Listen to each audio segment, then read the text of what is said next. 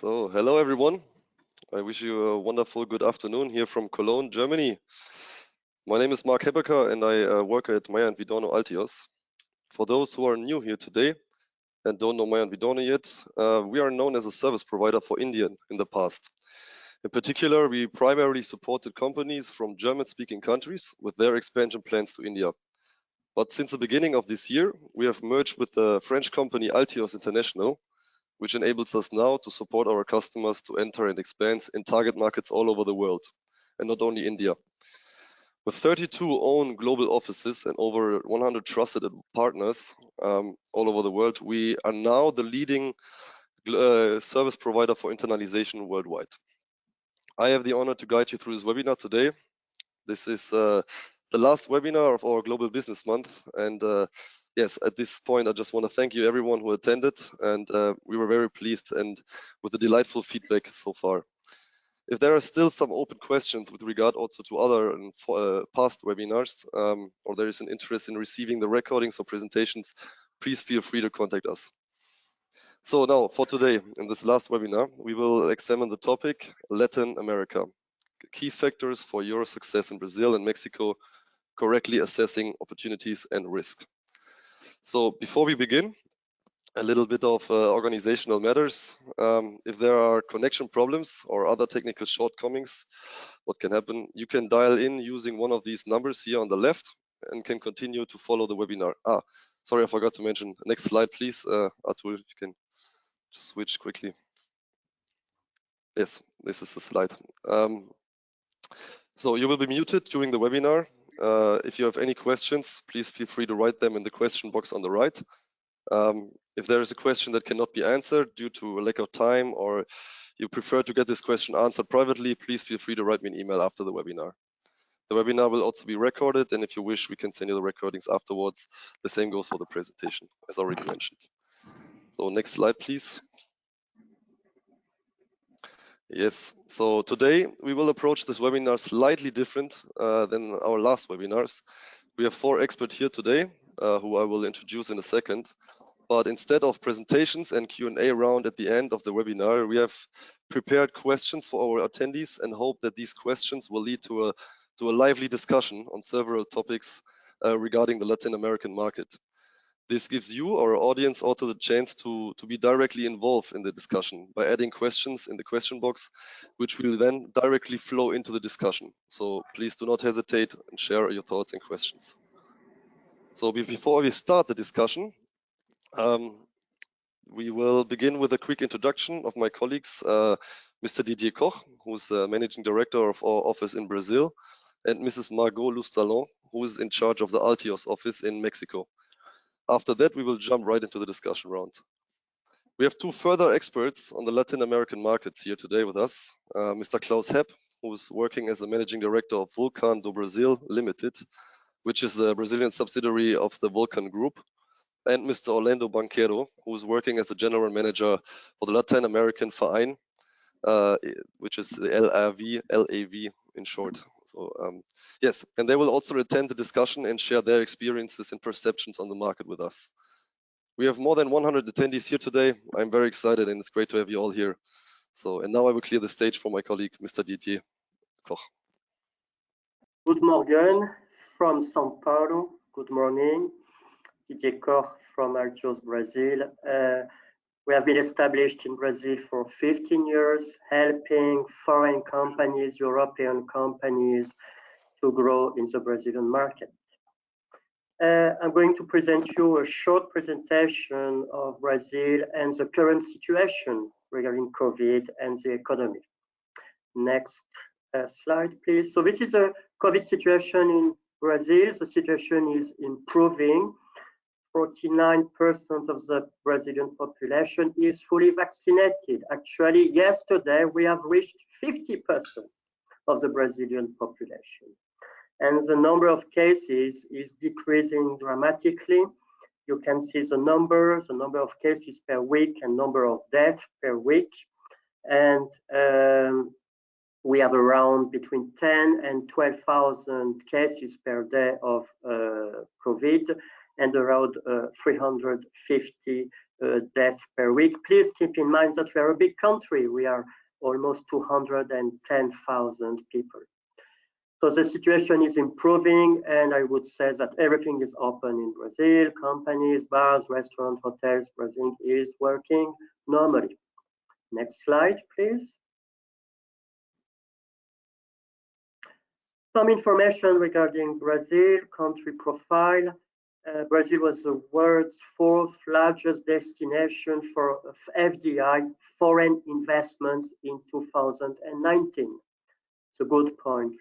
Population around 207 million, 17 cities with more than 1 million inhabitants, São Paulo, Rio, Brasilia, Belo Horizonte, etc. GDP growth, 1.4% in 2019, less 4% in 2020, and the estimate for 2021 is around plus 4.7, plus 5%. So Brazil is recovering from the COVID pandemic.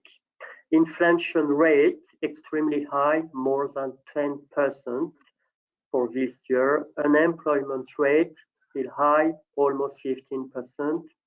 Foreign exchange rate, €1 is 6.30 Brazilian real. Before the pandemic, it was around 4.80, which means a devaluation of around 25% of the currency compared to 2020. And please always keep in mind that Brazil has really a diversified economy.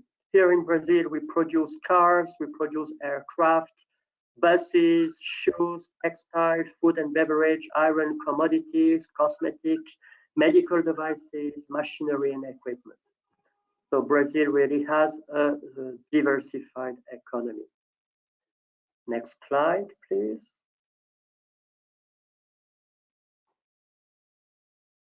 The main changes in Brazil during the last 5 years. Brazil is getting more and more modern. It takes time, of course, but we are seeing some good changes in Brazil. For instance, a new labor law voted in 2017, more flexible and more modern. Until 2017, the labor law in Brazil was very old. It was of 1943. And the labor law hadn't changed since 1943.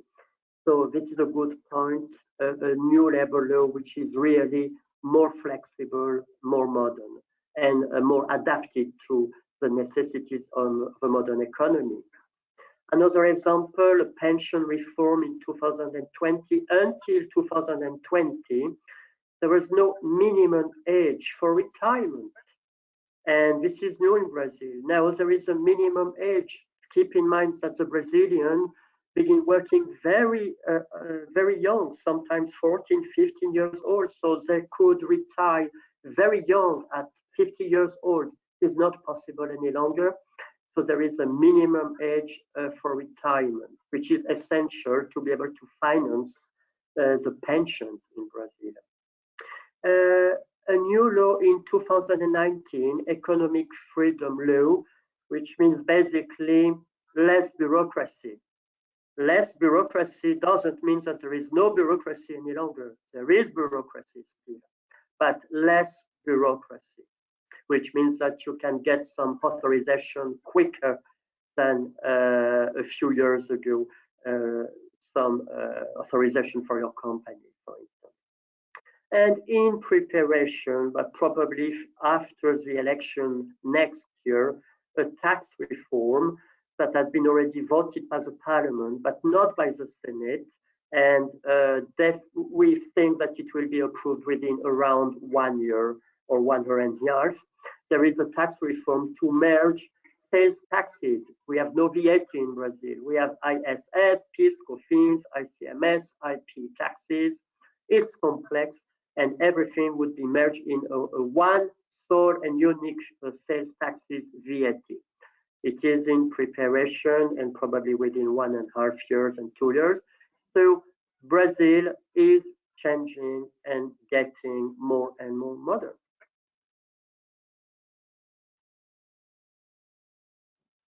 Next slide, please. I think that's last one. Mexico. Thank you, Didier. Hi, everybody. Very nice to meet you all. I'm Margaaux LOUSTALAN. I'm the managing director of Altios Mexico. Next slide, please. I have been living in Mexico for 12 years, and I've been working with mid-cap companies for the past almost 10 years. Next slide, please. I wanted to present first the general situation in Mexico. As for Brazil, the sanitary situation is now under control. We have almost 65% of Mexico's adult population that has received already a vaccine against COVID. Mexico has always been open to travelers.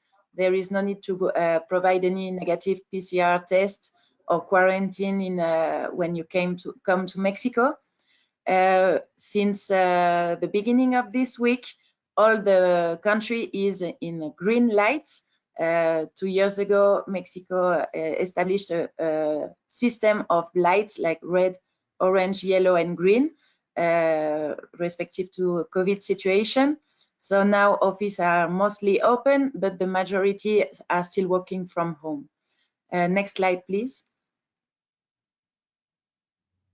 Yeah, in this map, you can appreciate that all the country is in green. So it's a very good news for the business. Until last Sunday, we still had some parts of Mexico that were yellow. From now, we had more than 3 million cases of COVID, and it's decreasing as we speak. Next slide, please. To speak a little bit about Mexico and an overview of the economy. It's a market of 130 million customers. Mexico has a free trade agreements with 46 countries. The principal one is with North America and Canada, and there is also a big one with European Union. We have a very strategic location with an easy access to the North America and Central America and South American markets. It's the second largest economy in LATAM, and we have also a little bit big hubs, like it's the first fintech hub in LATAM, the third exporter of IT services in the world, and we are producing a lot of cars, exporting cars, and medical devices. There is a lot of opportunities in Mexico in every sectors, but these are the main sectors that I wanted to mention before starting with the questions. Thank you. Thank you very much, Margault and Didier. Thank you. Yes, so before we jump into the discussion, Mr. Banquero and Mr. Hepp, can you please also just introduce yourself quickly as well? Thank you very much, Mark. Yeah, I'm Orlando Vaquero. I am the Managing Director of the Latin American Association. The Latin American Association is a non-for-profit organization in Germany, created more than 100 years ago to keep and strengthen the bindings between Germany and Latin America. Our members are mostly German or Latin American companies who has ties to each other, want to change each other's. And so that's what we do. We bring Latin America closer to German companies and build a very, very large network of companies with interest in Latin America. I myself, I was born in Colombia, lived many years in Mexico, many years in Peru, many years in Brazil, and of course in Colombia and in Germany. So I have quite an insight of what is happening in all the countries, and I'm more than glad to share it with you today. Klaus. Yeah, first of all, thank you very much, Latin America Association, Altios, and Maya Vidorno for the invitation to this very interesting event. I'm German. I have 35 years of industrial experience internationally. And of these 35 years, I've been working as managing director for German companies in the last 20 years. I've been doing this in Spain, but I've also lived 6 years and worked in Mexico, and I'm living in Brazil and working in more than 15 years now. Today, I'm managing director of the German mid-sized company Vulcan. Vulcan is global market and technology leader with components for power transmission for marine applications. We, the Brazilians, are responsible within our company for our industrial business, and I'm responsible from out of Sao Paulo for all Latin America, means Mexico, Central America, Caribbean, and all South America. And in a side function, I'm also responsible for Sub-Saharan Africa. Thank you very much. Perfect. Thank you very much. All right. This was it for the introduction. And now we start with the discussion. So the first question, the main question maybe as well, for you and Margot and Didier, you can start, maybe give us an impression. Brazil or Mexico, what are the differences between both markets for European companies? Well, Mark, Brazil is a huge country, a huge economy. Still, it's an expensive country. We have an expression here in Brazil. We say custo Brasil. Custo Brasil means Brazil cost. Brazil is an expensive country because in Brazil, taxation is expensive, logistics is expensive, lawyers, legal formalities, energy. So most companies do not go to Brazil to produce cheap and then to export. Usually they go to Brazil for the internal market, B2B or B2C, because it's a large economy. So we have 207 million inhabitants, but I have explained we have also a diversified economy, which means that there are many opportunities also in B2B, machinery and equipment, for agriculture, for manufacturing companies, and so on. So basically, this is the main characteristic, in my opinion, of Brazil. An expensive country, so you go to Brazil for the internal market, but usually you do not go to produce cheap and export. Brazil is not low cost. Margot? Oh, we can't hear you. Microphone. Thank you, Didier. I'm sorry for this. Yes, Mexico, it's a little bit different because it's also a huge market, not that huge as Brazil, but huge market. And it is for his localization, the proximity to large markets as the North American market and the Central American market. So you come to Mexico to produce, to reduce manufacturing costs, because we have one of the lowest cost of labor in the world, as many German companies, Volkswagen, Audi, Mercedes, that choose Mexico to come and produce cheaper and export. We have also highly skilled workers.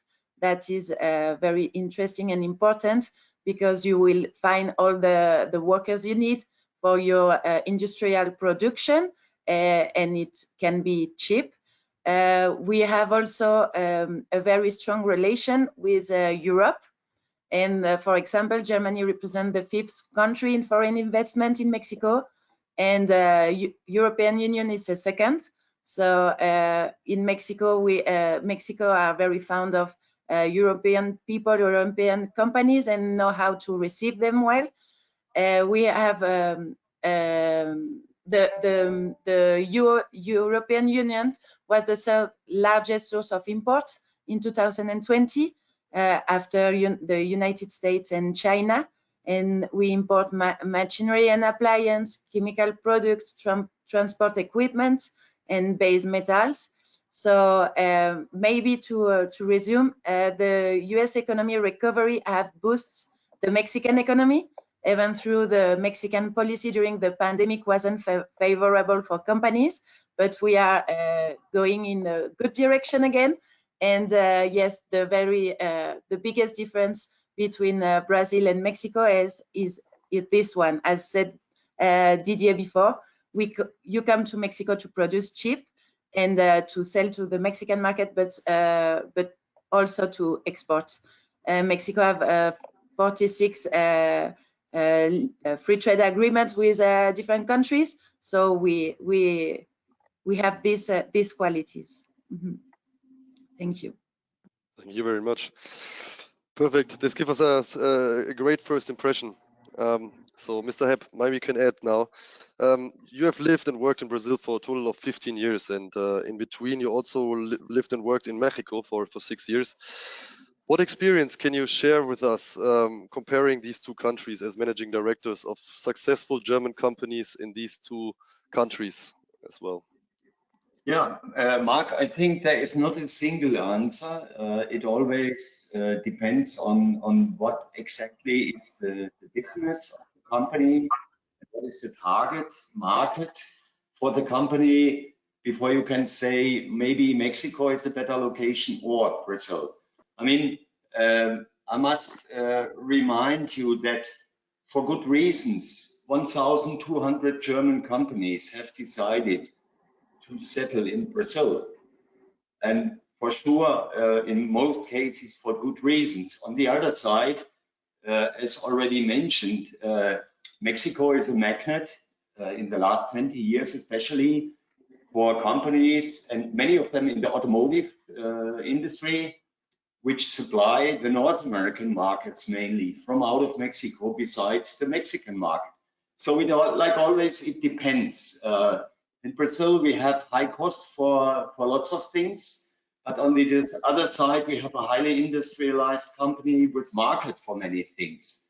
So I can only say it really must be investigated individually before a company should take its decision. What is the better place? Yeah, and for sure, it also depends a little bit. If you want to export to United States, for sure, Mexico is a much smarter solution than Brazil.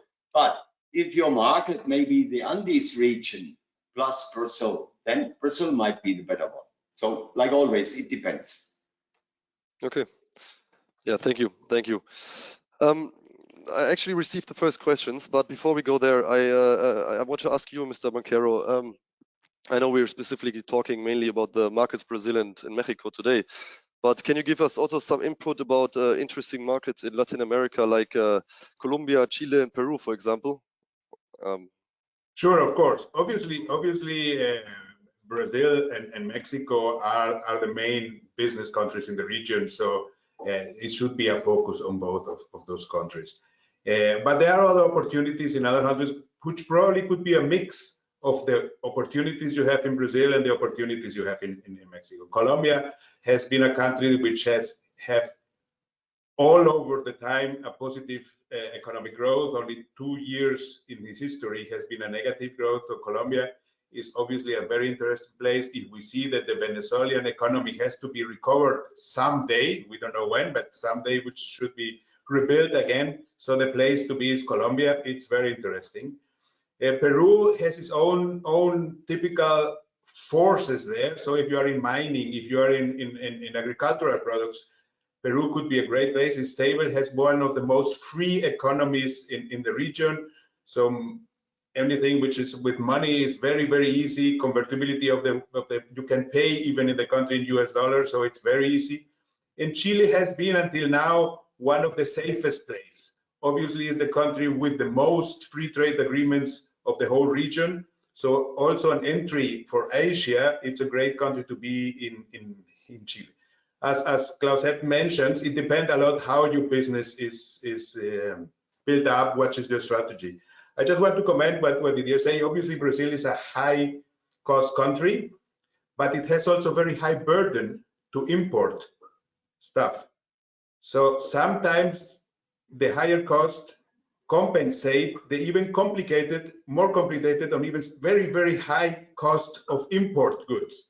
So sometimes the decision is not I could produce cheaper somewhere else. I could not sell sometimes in Brazil if I'm not there. So this also have to be contemplated in the idea.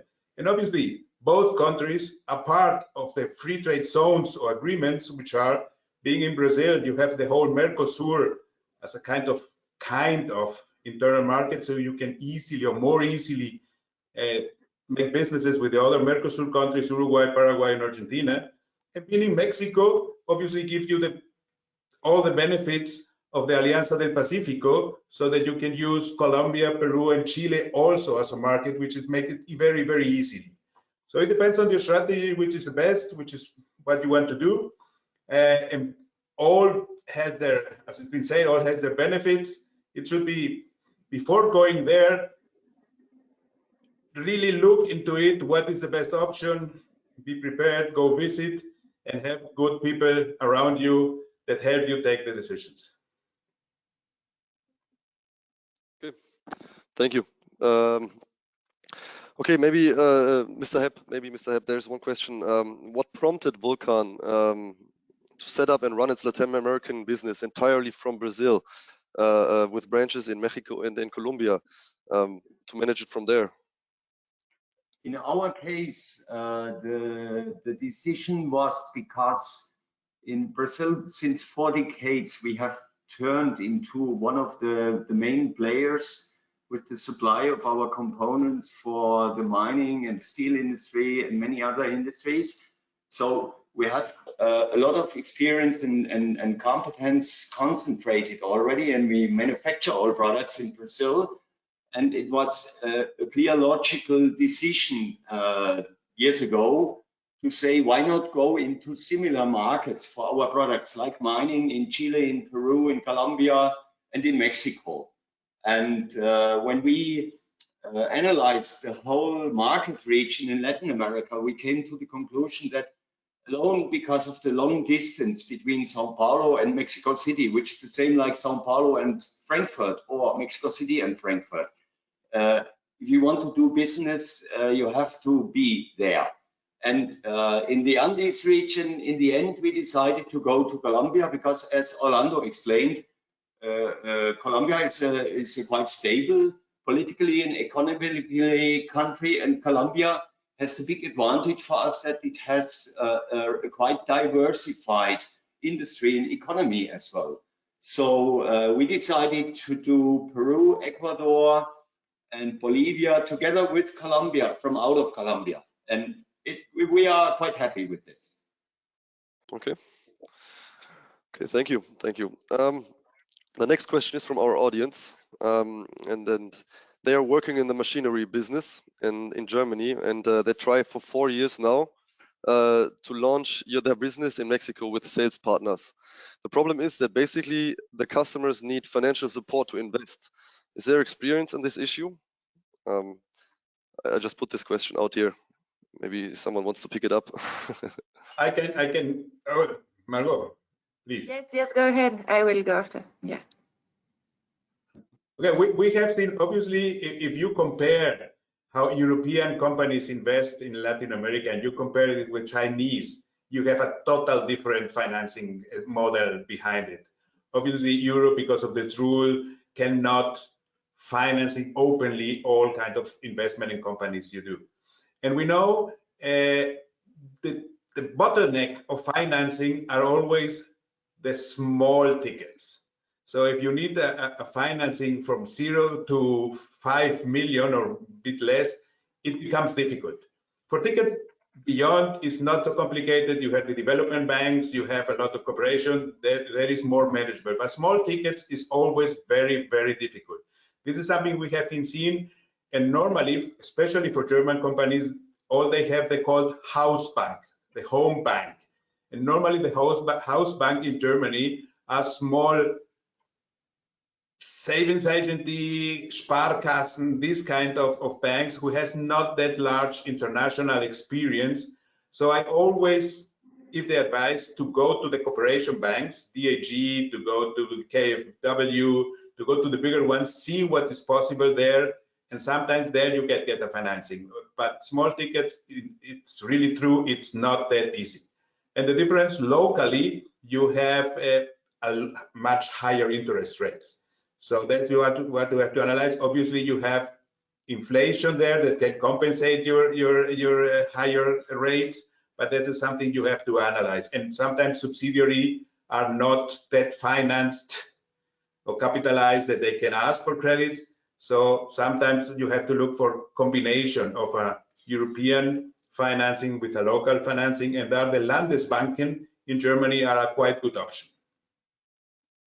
Yes, just to say something else, Orlando, what Orlando said is perfectly right. It's very expensive to finance a project in Mexico. So yes, the recommendation would be to find also a financiation outside Mexico and maybe a small part in Mexico, and to work with distributors and partners in Mexico can be also complicated if you don't have someone to animate the relationship in Mexico. So maybe you can work with both the financial part and also the commercial activity in Mexico to stimulate your distributors to sell more and be there. Yes, because if you leave it to them, it's highly probable that it will not match the objectives you have. Mm. Okay. Yeah, this leads us to the other option that you have to open up your own subsidiary. The question here now is, as to Mexico, to start a company, is it still required to have two companies, one to hire personnel, and one for other activities, for the activities? No, it's not. It's the Mexican companies used to do that, but just this year there were a big reform, and now it's forbidden. So you need to have just one company that has the employees and generate revenue. It was to because in Mexico you need to share your revenue, a part of your revenue at the end of the year with the employees. That's why the Mexican style until 2021 was to have different companies to share the less. But yeah, it's not possible anymore. So you need to have just one company. Mm-hmm. Okay, thank you. So the next one is for Brazil. I know, Didier, you were waiting for your for your next moment. So the next one is after attending this question is also from an attendee.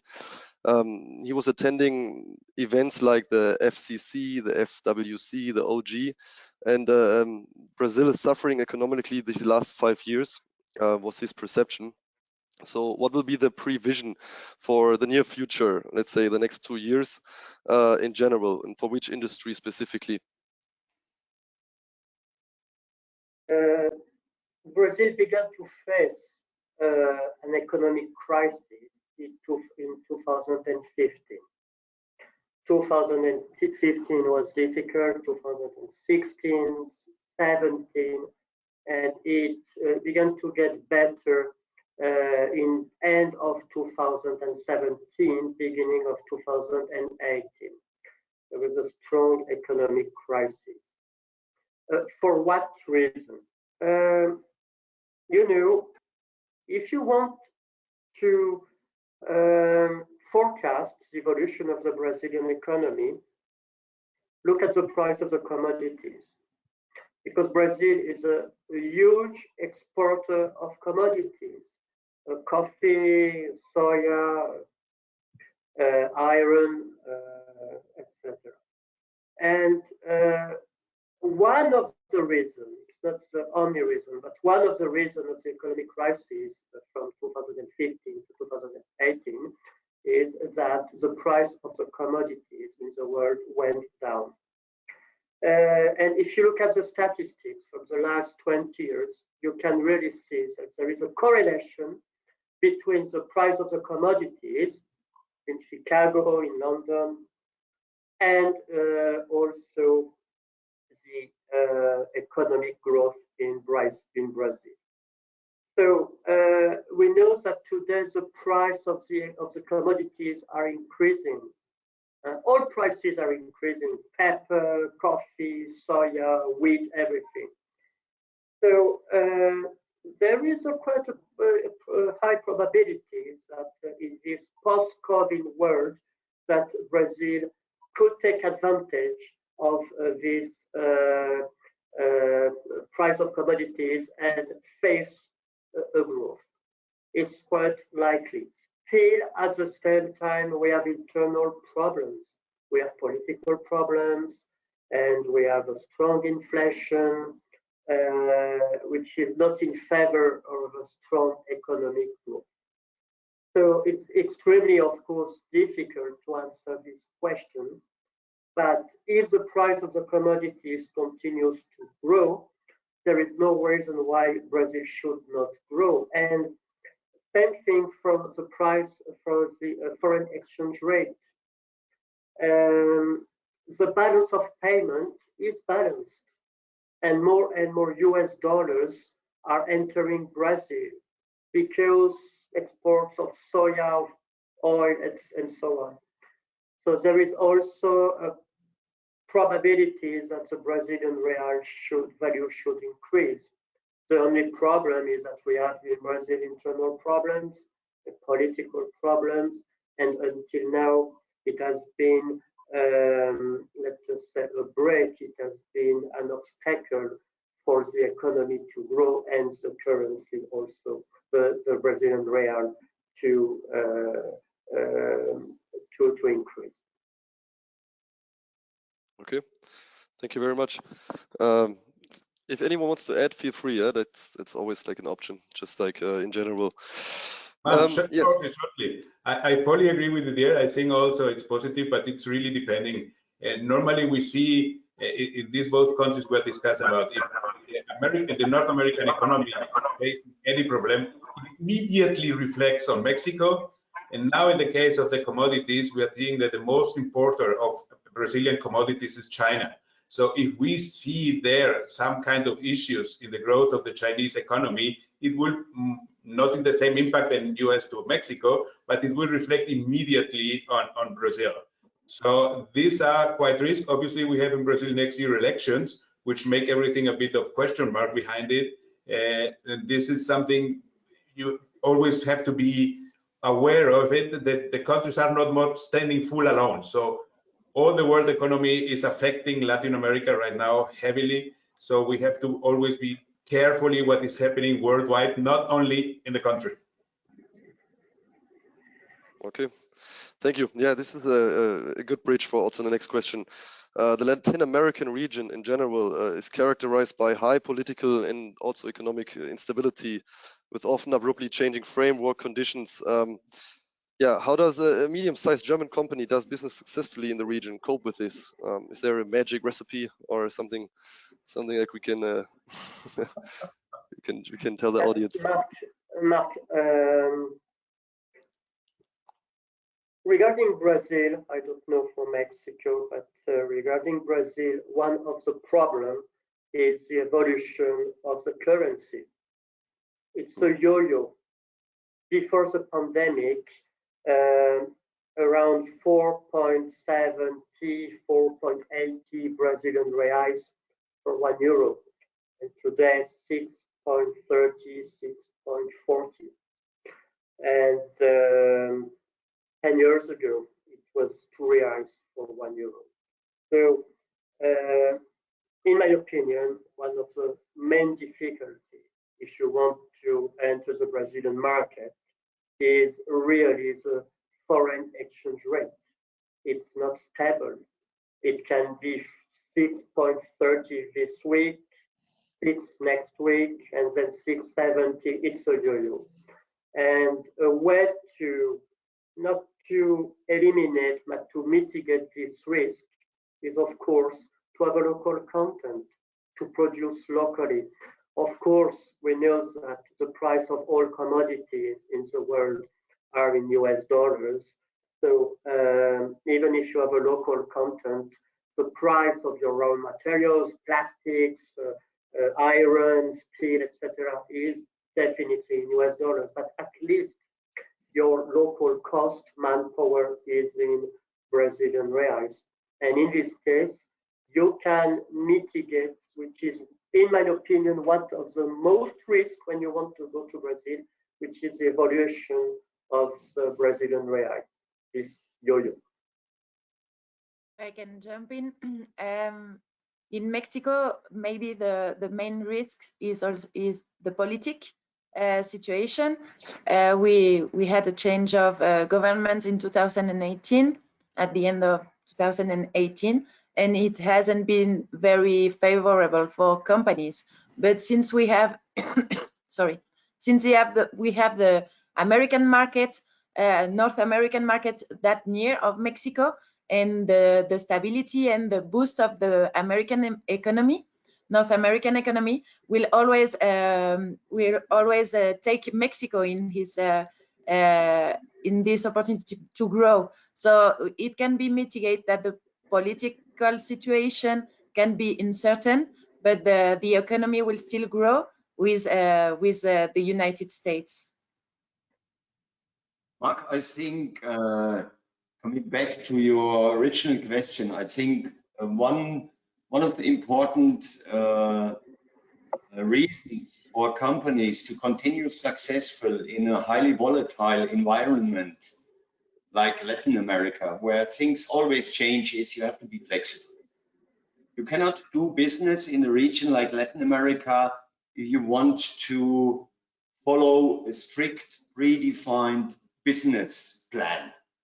You have every morning, you have to look in the newspaper, you have to look what's up, what's happening, and you have to adapt your company policy, your business policy to the particular new situation. And the second point is, I think companies who have a mono business are very dependent on that, and they cannot substitute things by others. But companies like ours, who serve a lot of different customers and industries, have a certain natural protection. Because I think it's the same in Latin America, like in the industry in each of these countries. There is always some who are good and some who are bad.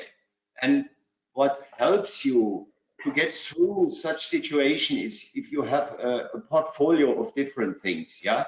If you have customers and industries which are doing well, while others are not so good. And the same if you serve markets in Latin America which are maybe down during a certain period, but others are up. That's fantastic. And that's more or less what our company has experienced during the last 40 years in Latin America. And that's what I know from many other German companies as experience. So you can say a little bit, there's always market, but it's not always the same market, yeah? Okay. I will just add, exactly, Latin America, it's something sometimes strange when I hear it's very unstable.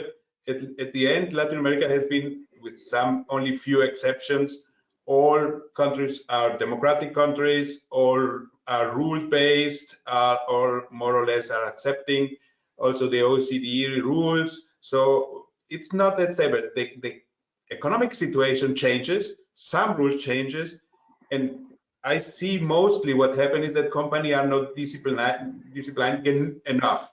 So you have to be really carefully that your environment around you doesn't lead you to have a laissez-faire attitude against business. So you have to be very, very careful in what is happening. All this kind of risk you can manage. Currency risk is manageable. It's quite obviously it costs you something, but it's manageable.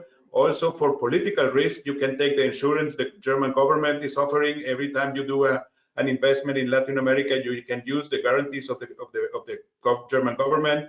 So there are a lot of things you can do to kind of minimize those risks. And on the other hand, this is really an appeal I do to all companies that are looking for the first time to Latin America. Don't go blind to something. Let you really guide. You need to have people who know it. And there are very good experts everywhere. You can find them and be there also before, know what is happening. Otherwise, it's not going to work. Nice words for the end. Just to dig into this a little bit, like the LRV is helping as well with these situations. what is the advantage for LAV members in doing business in the LATAM region? Oh, there is a lot. I'm very glad to see that both Maya Vidorno and Vulcan are members of the LAV. What we do, we are always not the experts. We are a small team, but we have lots of members. And what we do a lot is share the experiences of one member to another, help, support them when their kind of decisions are needed. And obviously, you know, 100 years ago, when the association was founded, the key factor was information, because there was a lack of information. Today, there are massive amounts of information. What we try is to sort it out, to clean it out, to really put what is really happening through, and also share. But the most thing is share the experiences for others, support them, helping them, which member can support, which member can help, which experiences are there. And that's what we mainly do.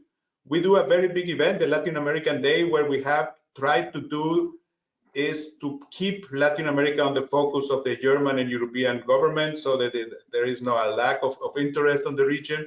It's going to be now the 4th and 5th of November here. The Vice President of Colombia is coming.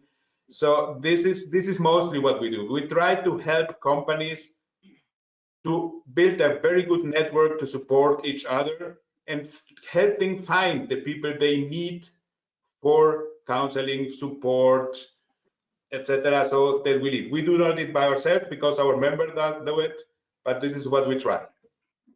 And I think for 100 years successfully. Orlando said something very interesting: don't go blind. And this is definitely true for Brazil.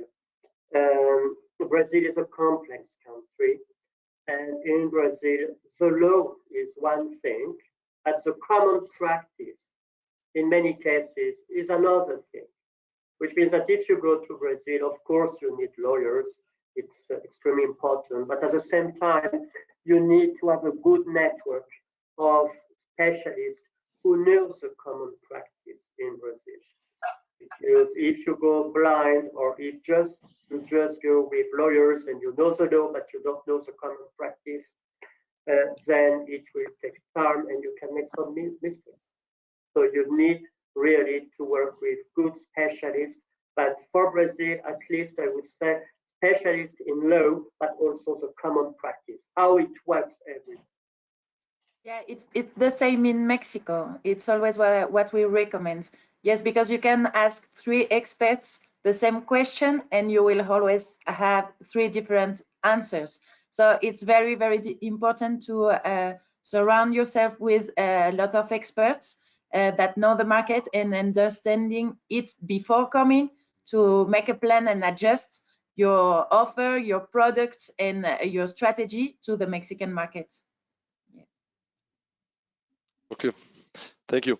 So yes, so now from the perspective of a member of the LAV, Altios maybe, the question is, are you also supporting German companies to find local agents and in Mexico and in Brazil? I think the answer is pretty. Yeah, we do not do the homework companies should do. So if you want to look for a business partner, you should know what you are looking for. We support companies, giving them our members. They are already there. We work very, very closely with the German foreign chambers in the countries, which is another, and there are other experts in the countries which can support. Yes. We do not do any kind of market analysis or looking for partners, so we do not do that, but we have an extended network, and we should really find someone who could help. Exactly. This is where Altios comes into game. This is exactly what I wanted to. Yeah, MNV Altios can perfectly do that in Brazil and in Mexico. Yeah. Mm-hmm. Exactly. Yes. So we're approaching our last questions. So in your opinion, I'm going to also put this question out there. What could be said about the stability and attractivity of investing in Paraguay? To have a completely different market here. Excuse me, Mark, I could not hear your question. What could be said about the stability and attractivity of investing in Paraguay? Paraguay. Okay, we saw that Mr. Mauricio Claver Carone, the president of the IDB, just a couple of weeks ago said that if he would be an investor, he would invest in Paraguay. I don't know why exactly he said that, but it's really true. Paraguay is a country incoming. There is a lot of opportunities there. Obviously, it's a small country. It's a country where logistics is very complicated. You know, it has no shore, no ports. It's just river ports. It has a very good, stable, and low fiscal duties, so it's a quite good investment. It has been stable.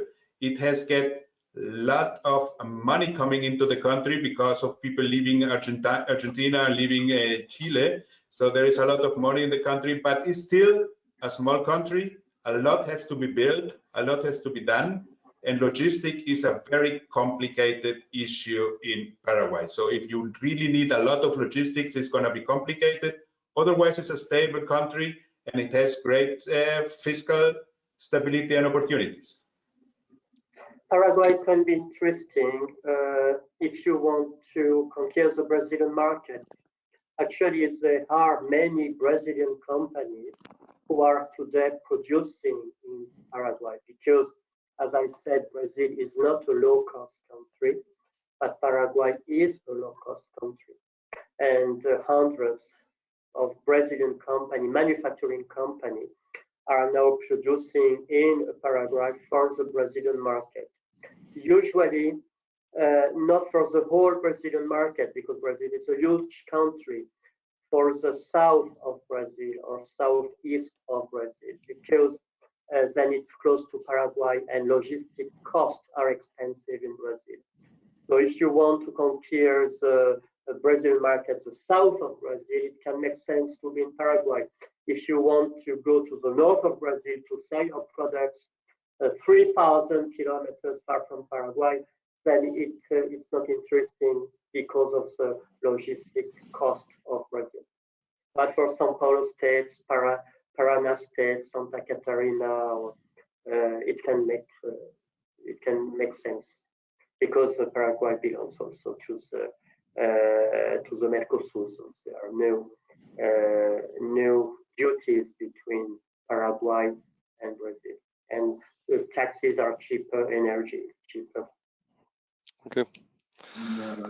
One of the main activities of Paraguay for companies is that you practically do not pay duties on importation of raw materials, which makes it extremely interesting for people who mainly do something like in former times in Mexico, maquila-like business. You know, you import materials, you put them together, you have manual operations.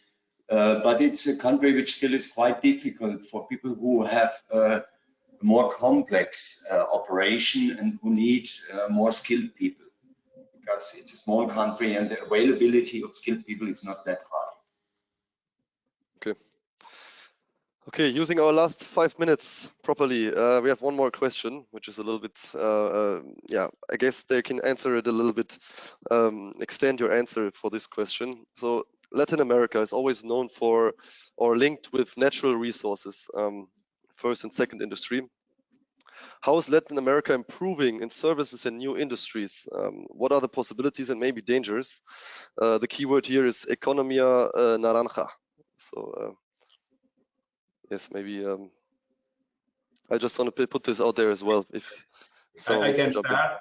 So there is an amazing scene and infrastructure for startups. It's amazing what is happening in Latin America, in all countries. Obviously, the one who first saw it and started very heavily was Chile, with a policy of the state supporting innovations very strong. But if you see the number of unicorns coming from Brazil or from Argentina, it's amazing. So there is really a lot. And also, beside this innovative and startup scene, Latin America has not always been seen as a kind for services. People always look on trading of goods because it comes from mining, it comes from agriculture, but services and tourism are increasing drastically. You see, Colombia 10 years ago, there were almost no tourism because of the internal conflict. But now, before the pandemic, was the country with the largest increase on tourism. So there is a lot of things happening, not only in the traditional branches, but still there, all the countries are still depending on these traditional branches. So we cannot say that this is slowly changing, but there is a lot of opportunities in services, in tourism, in startups, in IT. So there is a lot of opportunities and the countries are taking them. Yeah, and also Mexico is a land of opportunities for startups in the tech industry. And as Orlando said, we export a lot of services from Mexico to Europe. For example, business services, transport services, travel services, telecommunication, information services. So yes, Mexico wants to position itself as a hub for tech companies and be the land of opportunities for startups also. Mark, regarding Brazil, yes, of course, we depend a lot on commodities and natural products, of course. But for instance, Embraer is a Brazilian company, and Embraer is third largest producer of aircraft in the world.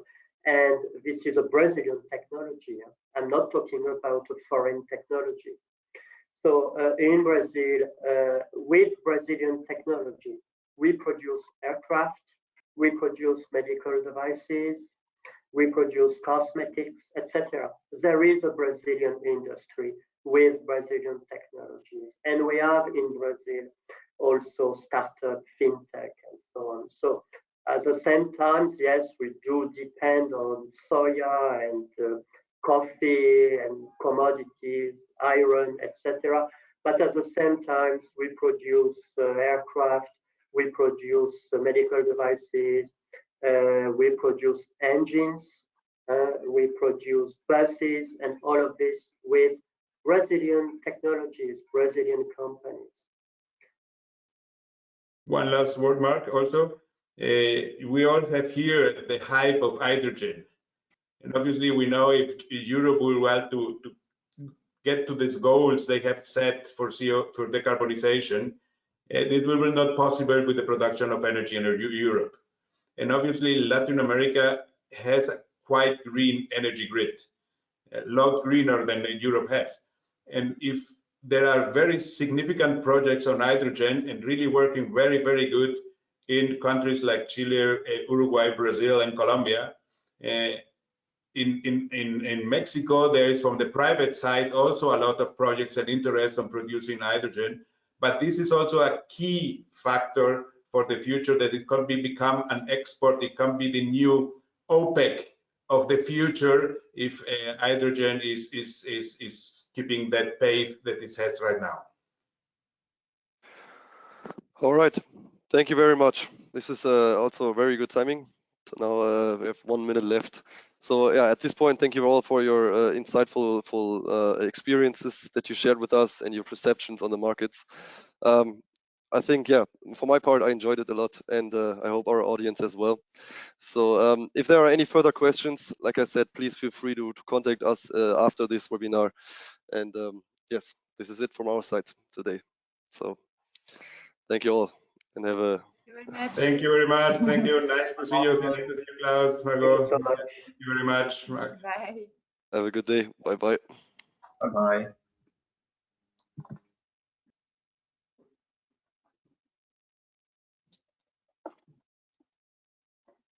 I don't know how to get out.